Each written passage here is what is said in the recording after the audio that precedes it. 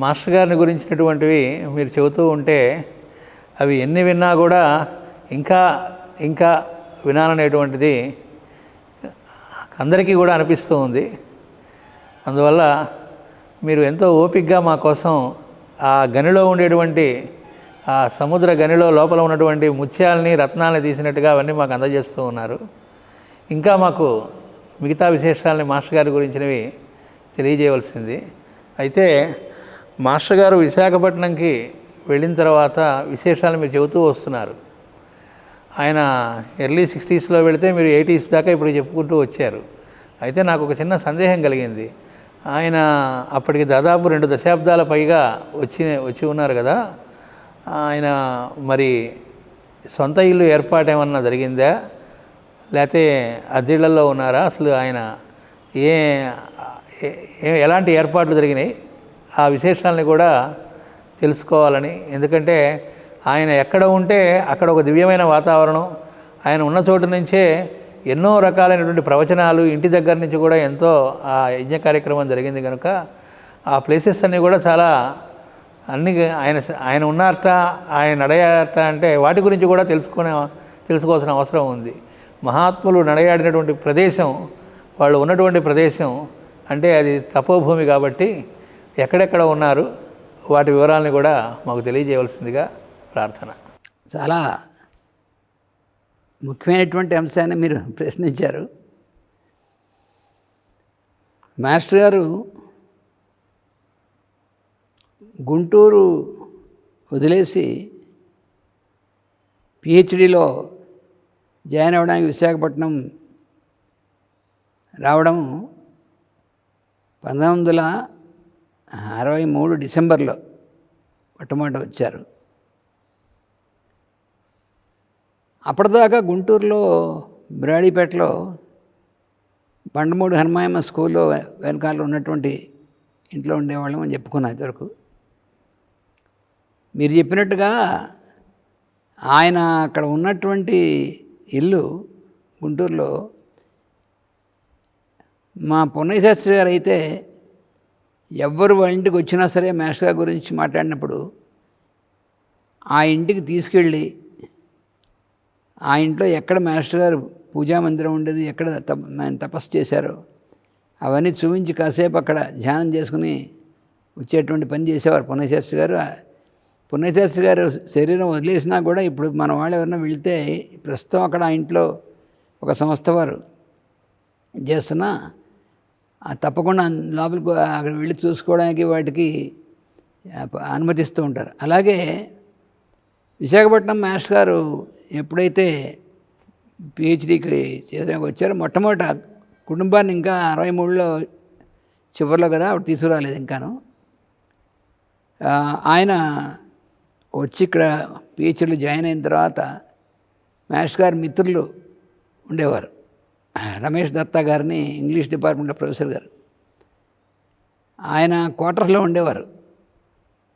ఆ క్వార్టర్స్లో ఆయన ఇంటో ముందు ఆయన చెప్పారు, మీరు మా ఇంట్లో ఉండండి, మీరు ఇంకా మీ ఫ్యామిలీ కూడా రాలేదు, మీరు ఎక్కడో రూమ్లో ఉండి మీరెక్కడో మెస్లో భోజనం చేసి మాకు ఇష్టం లేదు, మీరు ఎప్పుడు గుంటూరులో ఉన్నప్పటి నుంచి మన మిత్రులం అని ఆయన భార్య వాళ్ళు మాస్టర్ గారిని వాటింటోనే ఉండమని వాటింటో ఒక రూమ్ ఆయన కోసం ప్రత్యేకంగా ఏర్పాటు చేసి ఆయన వర్క్ చేసుకోవడానికి అంతా ఆయన అనుష్ఠానం అన్నీ కూడా అక్కడ చేసి అక్కడ ఉండేవారు.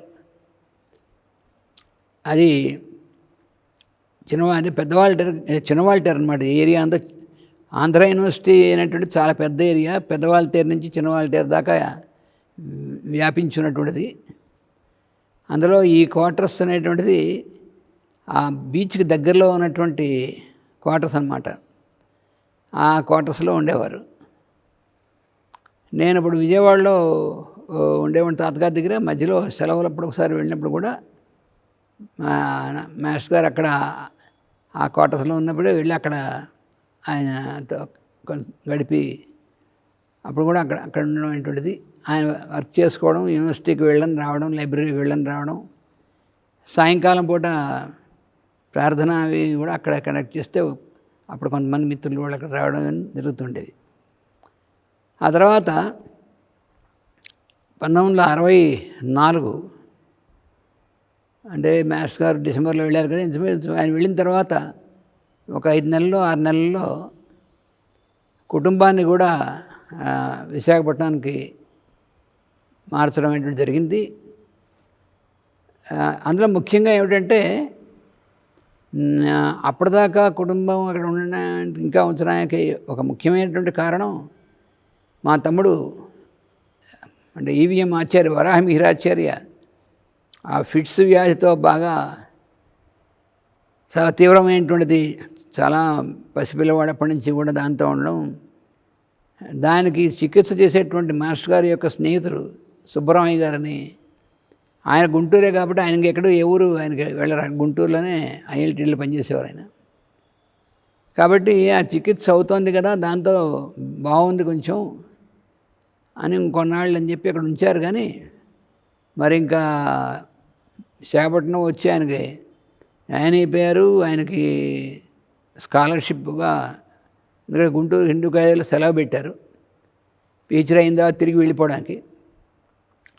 అక్కడ స్కాలర్షిప్ వచ్చింది. ఇంకా మెల్లిగా ఒక చిన్న క్వార్టర్ ఒకటి తీసుకుని ఫ్యామిలీని షిఫ్ట్ చేయాలని చెప్పి మాస్టర్ గారు అప్పుడు మొట్టమొదటిగా విశాఖపట్నంలో కుటుంబాన్ని తీసుకొచ్చినప్పుడు అప్పటికి అయితే ఇంకా నిర్ణయం తీసుకున్నారు. ఏమనంటే ఇంక కుటుంబానికి మరి ఎన్నాళ్ళు ఇలా ఉంచడానికి లేదు, విశాఖపట్నంకి తీసుకువెళ్ళడం షిఫ్ట్ చేయడం తప్పదు అంటే ఇప్పుడు సుబ్రహ్మణ్య గారు ఆయన కూడా చెప్పారు, కృష్ణమాచార్య నువ్వు మీ అబ్బాయికి నిస్సంశయంగా నువ్వే నీ చేతుల ద్వారానే వాడి యొక్క వ్యాధి నివారణ జరుగుతుంది, హోమియోపతి నీ ద్వారానే వాడి చికిత్స జరుగుతుంది, నువ్వు హోమియోపతి వెంటనే అధ్యయనం ప్రారంభించడం చేసేసేయి అని చెప్పి ఆయన ఒక మాట అన్నారు. దాని మాస్టర్ గారు ఎవరిలో అయినా అందరిలోనూ పరమాత్మను చూస్తారు, పైగా తన గురువు ఎవరే మాట్లాడినా వాళ్ళ నుంచి మాట్లాడిన తన గురువు గారు అనేటువంటిది మాస్టర్ గారు ఆ ఉపాసన కాబట్టి వెంటనే దాని ప్రకారం నిర్ణయం తీసుకుని విశాఖపట్నంలో ఈ చిన్నవాల్టేరులో అక్కడ చిన్నవాల్టేరు నుంచి పెద్దవాల్టేరుకి టర్న్ అయ్యేటువంటి ఇది ఉంది. ఆ టర్న్ అయిన తర్వాత కొంచెం ముందుకెళ్తే మళ్ళీ రైట్ సైడ్ సందు కిందకి బీచ్ వైపుకి ఒక సందు వస్తుంది. అంటే ప్రధానమైనటువంటి వాడిని మధ్యలో చిన్న చిన్న సందులు వస్తాయి కదా, అందులో ఒక సందులో కొంచెం కిందకి ఇంచుమించుగా బీచ్కి దగ్గరలో ఇంకా వెళ్ళేటువంటి రోడ్డుకి వస్తుంది. అక్కడ పద్మరాజ క్వార్టర్స్ అని ప్రైవేట్ క్వార్టర్స్. అవి క్వార్టర్స్ అంటే అవి గవర్నమెంట్ క్వార్టర్స్ అవి కావు, ప్రైవేట్ క్వార్టర్స్. అక్కడ ఆయన ఎవరో మరి కట్టించినందువల్ల పద్మరాజ క్వార్టర్స్ అని, ఇప్పుడు వాటిని ఎలా మార్చారో ఈ ఇటీవల కాలంలో నేను చూడడం లేదు. కానీ అక్కడ అది క్వార్టర్స్ అంటే ఎంత, ఒక గది ముందు ఒక చిన్న వసారా, ముందు వెనకాల ఒక చిన్న వంటిల్లు, అది ఆ క్వార్టర్.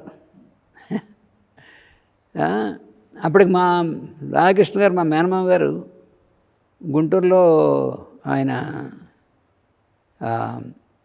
హిందూ కాలేజీలో డిగ్రీ అయిపోయిన తర్వాత ఆయన కూడా విశాఖపట్నం ఆయన మన మాస్టర్ గారి దగ్గర అంటే వాళ్ళ బావగారి దగ్గర అక్కగారి దగ్గర ఉండేవారు కదా, వాళ్ళతోనే విశాఖపట్నం కూడా వచ్చి విశాఖపట్నంలో మాస్టర్ గారి దగ్గరే మాస్టర్ గారు తెలుగు డిపార్ట్మెంట్లో మాస్టర్ గారు పిహెచ్డీ చేస్తున్నారు కదా, ఆ మాస్టర్ గారి దగ్గరికి షిఫ్ట్ అయ్యారు.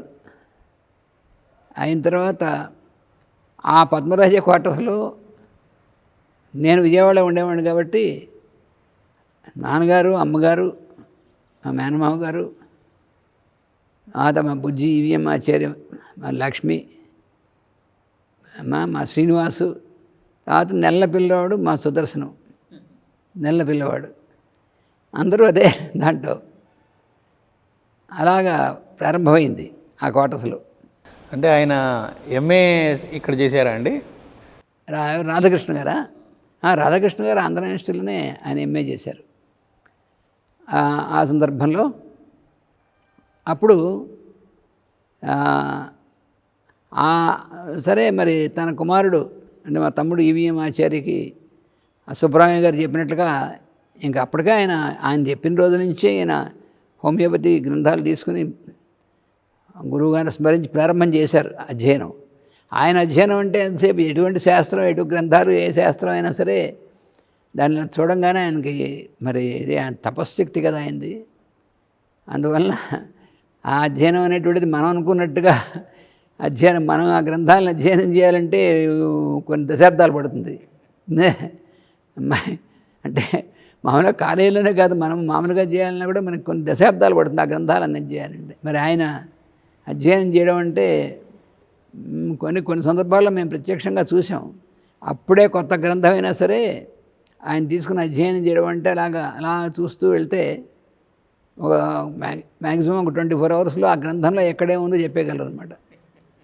అది ఆయనతో ఎవరు కంపేర్ చేసుకోవడానికి మన తెలివితేటలు ఇవి సంబంధం లేదు. అది దివ్యశక్తి అది.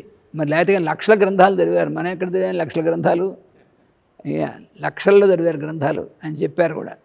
అందులో అతిశయోక్తి ఏం లేదు. ఎందుకంటే విశాఖపట్నం వచ్చిన తర్వాత కూడా ఆంధ్ర యూనివర్సిటీ లైబ్రరీ చాలా పెద్ద లైబ్రరీ. ఆ లైబ్రరీలో ఉన్నటువంటి ఆ లైబ్రరీలో అనేక గ్రంథాలు, ప్రాచీన గ్రంథాలు కూడా చాలా ఉన్నాయి. ఇప్పటికి కూడా మరి ఇప్పుడు ఉండుంటాయి. మరి నేను ఆంధ్ర యూనివర్సిటీలో చదివాను కాబట్టి నాకు కూడా తెలుసు. ఆ గ్రంథాలు మాస్టర్ గారు అందులో మంత్రశాస్త్రాలు, తంత్రశాస్త్రాలు, వేదానికి సంబంధించినటువంటి వేదశాస్త్రాలకు సంబంధించినటువంటివి ఎన్ని గ్రంథాలు ఉన్నాయో మొత్తం అన్ని గ్రంథాలు ఆయన పిహెచ్డీ చేసేవారు. పిహెచ్డీకి సంబంధించినటువంటి వర్క్ ఆ గ్రంథం చేసేవారు. కానీ ఈ గ్రంథాలన్నీ కూడా ఆపోజిషన్ పెట్టేశారు ఆయన. మరి అది అనూహ్యమైనటువంటిది. మరి అలాగే హోమియోపతి అంత వేగంగా హోమియోపతి కూడా చేసి వాడి హోమియోపతికి వాడికి తనే, ఎందుకంటే మరి అప్పట్లో ఇప్పుడు ఇవాళ ఫిట్ వచ్చి సీరియస్గా ఉందనుకోండి, విశాఖపట్నం నుంచి ఆయనకు ఉత్తరం రాసి గుంటూరు, ఆయన ఉత్తరం చూసి మళ్ళీ ఆయన ఉత్తరం రాసి ఆ ఉత్తరం వచ్చేటప్పటికి వీడు ఎట్లా ఉంటాడో తెలియదు, ఉండడని సాధ్యం కాదు. అప్పుడు ఫోన్లు లేవు, ల్యాండ్ ఫోన్లు లేవు. విశాఖపట్నం మొత్తం మీద ల్యాండ్ ఫోన్సే వేళ లెక్క పెడుతున్నట్టుగా ఉండేవి, ఏదో గవర్నమెంట్ ఆఫీసులు తప్ప.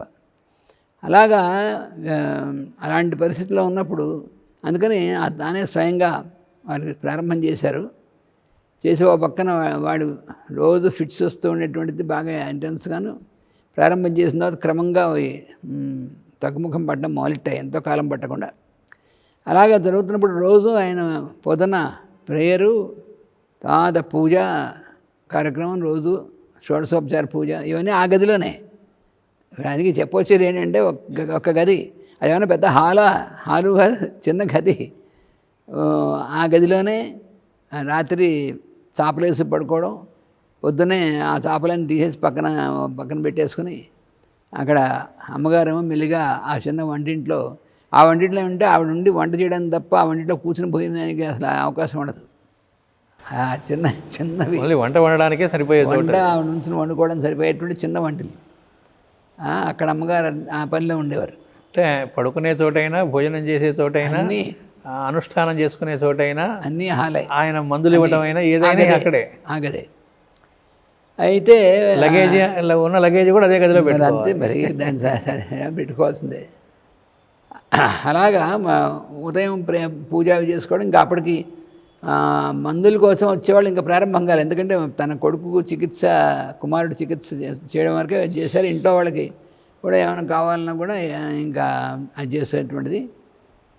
తర్వాత అలాగా ఆ ఇంట్లోనే కొనసాగడం మొదలెట్టింది. ఈ లోపల ఆ పద్మరాజ క్వార్టర్స్లోనే ఒక పక్కన విజయవాడ నుంచి వచ్చినటువంటి ఆయన పురుషోత్తం గారు, ఇప్పుడు విజయవాడ పురుషోత్తం గారు ఉన్నారు కదా, పెద్ద గ్రూప్కి ఆయన లీడర్ అయిన సివివి గారి యోగంలో. ఆ పురుషోత్తమం గారు అప్పుడు సెలవు పెట్టి ఆయన కూడా పిహెచ్డీ చేయడానికి వచ్చారు. ఆయన ఫిజిక్స్లో ఆయన పిహెచ్డీ. అందుకని ఆయన పిహెచ్డీ చేయడానికి ఆయన వచ్చారు.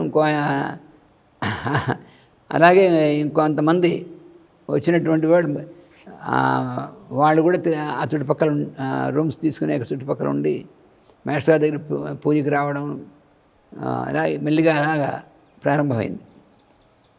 తర్వాత రమేష్ దత్తా గారి ఇంటి నుంచి మాస్టర్ గారికి వచ్చినా కూడా శుక్రవారం అలా కొన్ని రోజులు మాస్టర్ గారు రమేష్ దత్తా గారి ఇంట్లో వచ్చిన గ్యాదరింగు. అక్కడికి మిగిలినటువంటి దత్తా గారి స్నేహితుల్లో కొంతమంది, ఇలా కొంతమంది మాస్టర్ గారికి ఆయన ఈ గ్యాదరింగ్స్ రావడం, ఈయన సాయంకాలం ప్రేయరు కొన్ని ప్రవచనాలు చేస్తే వాళ్ళు కూడా రావడం మెల్లిగా అక్కడ ప్రారంభమైంది. ఈ లోపల ఏంటంటే ఇది 64, 65, 66 దాకా ఇలాగా ఆ ఇంట్లోనే అలా కొనసాగుతూ ఈ లోపల మా తమ్ముడికి బాగా తగ్గిపోవడం. ఈ లోపల ఈ వచ్చేటువంటి వాళ్ళలో మాస్టర్ గారి వేదం నేర్చుకోవడం కోసం అని చెప్పి ఒక ఇద్దరు దంపతులు వచ్చారు. ఒక దంపతులేమో జిఎల్ఎన్ శాస్త్రి గారు, ఆయన భార్య మీనాక్షి. ఆయన కూడా జిఎల్ఎన్ శాస్త్రి గారు ఫిజిక్స్ డిపార్ట్మెంటే. ఆయన ఫిజిక్స్లో అప్పుడు ముందు మరి పిహెచ్డీకి వచ్చినట్టున్నారు. ఆయన కూడా వచ్చారు. ఆ తర్వాత రెండో ఆయన గంటి సూర్యనారాయణమూర్తి గారిని, వాళ్ళది కోనసీమ. అది అక్కడి నుంచి ఇక్కడ ఆంధ్ర యూనివర్సిటీలో న్యూక్లియర్ కెమిస్ట్రీ డిపార్ట్మెంట్ ఉంది. ఆ న్యూక్లియర్ కెమిస్ట్రీ డిపార్ట్మెంట్లో ఆయన లెక్చరర్. అందుకని ఆయన భార్య సీతమ్మ గారు వాళ్ళిద్దరూ ఇద్దరు దంపతులు రోజు పొద్దున్నే వచ్చి మాస్టర్ గారి దగ్గర వేదం నేర్చుకునేవాళ్ళు. వేదం నేర్చుకునే దంపతులు వాళ్ళిద్దరు వచ్చారు. సరే మా మామయ్య రాధాకృష్ణ గారు, మా మేనమామ గారు ఇంట్లోనే ఉండేవారు. ఆయన ఇలా మాస్టర్ గారు వేదం చెప్పేవారు. మేము గుంటూరులో ఉన్నప్పుడే మా ఇంట్లో ఆయన మాకు మొట్టమొదట గుంటూరులో ఉన్నప్పుడు ఆ తీసవక సొసైటీలో దీంట్లో హాల్లో ఒక ఘనపాటి గారు రమ్మని మొత్తం చాలామంది మాస్టర్ గారు అనుయాయులు, మాస్టర్ గారు నేను బాగా చిన్నవాళ్ళం. అప్పుడు అక్కడ ఈ సూక్తాలు రుద్ర సూక్తం మొట్టమొదటి అక్కడే నేర్చుకోవడం ప్రారంభం. అంతకుముందే పురుష సూక్తం, శ్రీ సూక్తం అన్నీ ఇలాగో చిన్నప్పటి నుంచి ఇంట్లో వింటూ మాకు ఆటోమేటిక్గా వచ్చేసేవి. ఈ రుద్ర సూక్తం అప్పుడు ఆయన నేర్చుకోవడం అందరూ కలిసి సామూహికంగా ధార రాధాకృష్ణమూర్తి గారు అందరం కూడాను. అలాగే విశాఖపట్నంలో మాస్టర్ గారే స్వయంగా ఆయన వేదం ఈ సూక్తాలు అవన్నీ చెప్పడం, తర్వాత ఉపనిషత్తులు చెప్పడం ఏం చేస్తే వీళ్ళందరూ నేర్చుకోవడానికి వచ్చేవారు. ఈ లోపల మా తమ్ముడికి తగ్గిపోవడం అంటే ఈ 64, 65 ఈ 2 సంవత్సరాల్లో మా తమ్ముడికి తగ్గిపోవడం, వాడికి పూర్తిగా అసలు ఫిట్స్ రావడం ఏంటంటే ఆగిపోవడం, తగ్గిపోవడం. అది సంవత్సరం లోపలే ఆయన చికిత్సకి సంవత్సరం లోపల పూర్తి తగ్గిపోయింది. అసలు ఈ మామూలుగా అలోపతిక్ వైద్యులు ఏం చెప్తారంటే జీవితాంతం వాడు జీవించడమే ఎక్కువ కాలం ఉండదు. అలాంటి వాడు ఇంత ఎక్కువ వస్తున్నప్పుడు జీవించున్నా జీవితాంతం అలా వస్తూనే ఉండడం తప్ప దానికి చేయగలిగింది. మరి మందులు వేస్తుంటే వాడు మత్తుగా పడుకుని ఉంటాడు. ఇప్పటికీ కూడా మరి ఎపిలెప్సీను, ఫిట్స్కి ఇంగ్లీష్ వైద్యం ఇచ్చేటువంటి మందుల్లో ఎక్కువ బ్రెయిన్ మత్తుగా ఉండేట్టుగా చేసేటువంటి మందులు ఎక్కువ ఉంటాయి. అదే పేర్లు మారిపోయి ఆ మందుల పేర్లు మారుస్తారు తప్ప మందు మాత్రం ఒక అదే ఆ మత్తుగా అలా ఉంటే ఫిట్స్ రాకుండా అంటే ఫిట్స్ రావు. అంటే ఫిట్స్ రావడానికి మా సిస్టమ్ అంతటిని మత్తు చేసేస్తే ఇంక ఫిట్స్ బయటికి ఏం రావు, లోపల ఉంటాయి. అంటే నయం అయిపోయట్లేదు. అలాంటిది వీడు నయం అయిపోయింది. నయపోవడం అంటే ఏమిటి, ఏ మందు అక్కలు లేకుండా మామూలుగా అందరిలా జీవిస్తే నయం అయిపోయినట్టు లెక్క. అంతేగాని రోజు పొద్దున నుంచి సాయంత్రం దాకా మందులు వేసుకుంటూ తగ్గడం ఏమిటి నా మొహం, అది ఊరికనే అనగబెట్టి ఉండడం తప్ప తగ్గడం కాదు. అందుకని నయం అయిపోయిందంటే వాడికి మందులు అవసరం లేదు. మామూలుగా ఆహారం తీసుకుంటూ మామూలుగా మిగతా పిల్లలు ఆడుకుంటూ అలా ఆరోగ్యంగా ఉంటూ ఉంటే అది నయమైపోవడం. అలా నయమైపోయింది సంపూర్ణంగా. వాడు ఎప్పుడైతే వాడు సంపూర్ణంగా నయమైపోయిందో అప్పుడు ఇంకా ఆయన తన గురువు గారు ఏంటంటే మాస్టర్ సివి గారికి నమస్కారం చేస్తే ఆయన దగ్గర నుంచి వచ్చిన ఆదేశం ఏంటంటే, నీ కొడుక్కి ఎందుకు వచ్చింది ఈ వ్యాధి అంటే నువ్వు ఇది నేర్చుకోవాలి. వాడికి ఆ వ్యాధి వస్తేనే కదా నువ్వు నేర్చుకుంది. నువ్వు నేర్చుకోవడం కోసం వాడికి వ్యాధి వచ్చింది. ఇప్పుడు వాడు తగ్గిపోయిందా, నీ కర్తవ్యం ఏమిటి, వాడితో ఆపేయడం కాదు. నీ దగ్గరికి వచ్చేటువంటి వాళ్ళందరికీ ఎవరికి కావాలంటే వాళ్ళకి ఏమీ ఫలాపేక్ష లేకుండా వాళ్ళకి కూడా ఇది ఉపయోగించి వాళ్ళ వ్యాధులు నయం చేసేటువంటి ఇది నీకు తపస్సు ఇది చెయ్యి అని చెప్పి గురువు గారి దగ్గర నుంచి ఆదేశం వచ్చింది. వెంటనే ఆయన తన దగ్గరికి వచ్చేటువంటి వాళ్ళకి వేదన నేర్చుకోవడానికి వచ్చినటువంటి వీళ్ళు, ఇంకా వచ్చేటువంటి వాళ్ళు, ఇంకా తను యూనివర్సిటీలో పరిచయం అయ్యేటువంటి వాళ్ళు, అది ఇంకో విచిత్రం ఏంటంటే ఇంతకుముందు కూడా ఒకసారి కొంత చెప్పున్నాను. ఈయన ఎవరి దగ్గర అయితే రీసెర్చ్ చేస్తున్నారు పిహెచ్డి, ఆయన ప్రొఫెసర్ గారు కాకర్ల వెంకట నరసింహం గారిని మాస్టర్ గారు ఆయన ఆయన యూనివర్సిటీలో అప్పుడు స్టూడెంట్గా ఉండి యూనివర్సిటీలో ఎంఏ ఆనర్స్ చేసినప్పుడు ఆయన లెక్చరర్ అప్పటికే ఆయన. ఇప్పుడు మళ్ళీ ఇన్ని సంవత్సరాల తర్వాత అది ఎప్పుడు సంగతి 1947-48 ఆ ప్రాంతాల్లో. ఆ తర్వాత మళ్ళీ ఇప్పుడు వెళ్ళేప్పటికీ ఆయన ప్రొఫెసర్, ఆయన దగ్గర ఆయన పిహెచ్డీకి జాయిన్ అయ్యారు. ఆయన భార్య ఆయన పిల్లలు వాళ్ళందరూ కూడా మాస్టర్ గారు అంటే ఆయన ఏదో తన దగ్గర రీసెర్చ్ స్కాలర్, ఒక ప్రొఫెసర్ దగ్గర యూనివర్సిటీలో తన దగ్గర రీసెర్చ్ చేసేటువంటి రీసెర్చ్ స్కాలర్ అంటే ఏముంటుంది, ఈయన కూర్చుంటే ఆయన నుంచుంటాడు. మరి రీసెర్చ్ స్కాలర్ అంటే ఇన్స్మిత్గా అలా ఉంటుంది సంబంధం. ఇది ఎలా కాదు, ఈయనంటే అద్భుతమైనటువంటి గౌరవం వాళ్ళందరికీ. అందుకనే ఆయన ఒకసారి ఇంతకుముందు కూడా ఒకసారి చెప్పాను పబ్లిక్ ప్లాట్ఫారం మీద, ఈ కృష్ణమాచారి గారు నన్ను గురువు అని పిలుస్తారు, ఎందుకంటే నేను నా దగ్గర అప్పుడు స్టూడెంట్గాను ఉన్నారు, తర్వాత మళ్ళీ పిహెచ్డీ చేసినప్పుడు నా దగ్గర చేశారు కాబట్టి గురువు అని పిలుస్తారు. కానీ సత్యం ఏమిటంటే శ్రీకృష్ణుడికి సాందీపని ఎటువంటి గురువో నేను ఆయనకు అటువంటి గురువుని అని చెప్పారు ఆయన. కృష్ణుడు సాందీపని దగ్గర మరి విద్యను అభ్యసించాడు అంటే 64 రోజుల్లో మొత్తం 64 విద్యలు అభ్యసించాడు కదా. అలాగా ఆయన చెప్పారు మనకి, శ్రీకృష్ణుడు సాందీపని ఎటువంటి గురువు, ఈ కృష్ణమాచార్య గారు నేను అటువంటి గురువుని, కానీ ఆయన నన్ను గురువు గారినే పిలుస్తాడు ఆయన అని చెప్పి ఆయన పబ్లిక్ ప్లాట్ఫామ్ మీద చెప్పారు ఆయన. అందువల్ల వాళ్ళ ఇంట్లో వాళ్ళందరికీ ఈయనంటే చాలా అమితమైనటువంటి గౌరవం. ఇంకా అక్కడి నుంచి వాళ్ళ కుటుంబాల్లో వాళ్ళకి అందరికీ కూడా ఏమాత్రం ఏమున్నా చికిత్స కూడా ఇంకా హోమియోపతి ట్రీట్మెంట్ ఈయన దగ్గరే. ఇంకా అసలు వాళ్ళకి అంతకుముందు హాస్పిటల్కి వెళ్ళి మందు తీసుకుని ఏమీ లేవు, అంతా పూర్తిగా ఈయనే సమస్తం.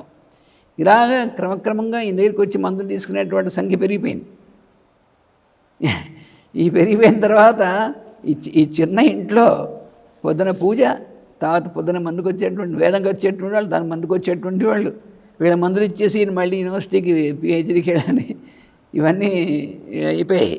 సరే ఈయన పిహెచ్డీ 66, పిహెచ్డీ అంటే మ్యాక్సిమం 3 years కంటే అందుకంటే ఏముంటుంది. అందులో ఈయన చాలా ఆయన గురువుగారు ఆయన చెప్పారు, వాళ్ళ ప్రొఫెసర్ గారు, అయ్యా నేను మీకు డైరెక్టర్ని, మీకు గైడ్ని అంటే అది ఊరికనే అఫీషియల్గా తప్ప మీకు నేను పిహెచ్డీ చేయడానికి నేను మీకు చెప్పేటువంటిది అవసరం, మీ ఉన్నటువంటిది అది ఒక విచిత్రం. అంతగా మీరు చేసేయండి, నేను సంఘం పెట్టేస్తానని చెప్పారన్నమాట ఆయన. అందుకని ఆయన పిహెచ్డీ ఇవన్నీ చేస్తూ మళ్ళీ యూనివర్సిటీకి వెళుతూ గ్రంథాలను చదువుతూ తన పిహెచ్డీ చేస్తూ ఇవన్నీ చేస్తూ ఇంత చేసేప్పటికీ ఇంచుమించు 64 అంటే 66 చివరికి వచ్చేప్పుడు పిహెచ్డీ అయిపోయింది. పిహెచ్డీ అయిపోయింది. ఇంకా ఈ లోపల ఇవన్నీ పెరిగిపోయాయి.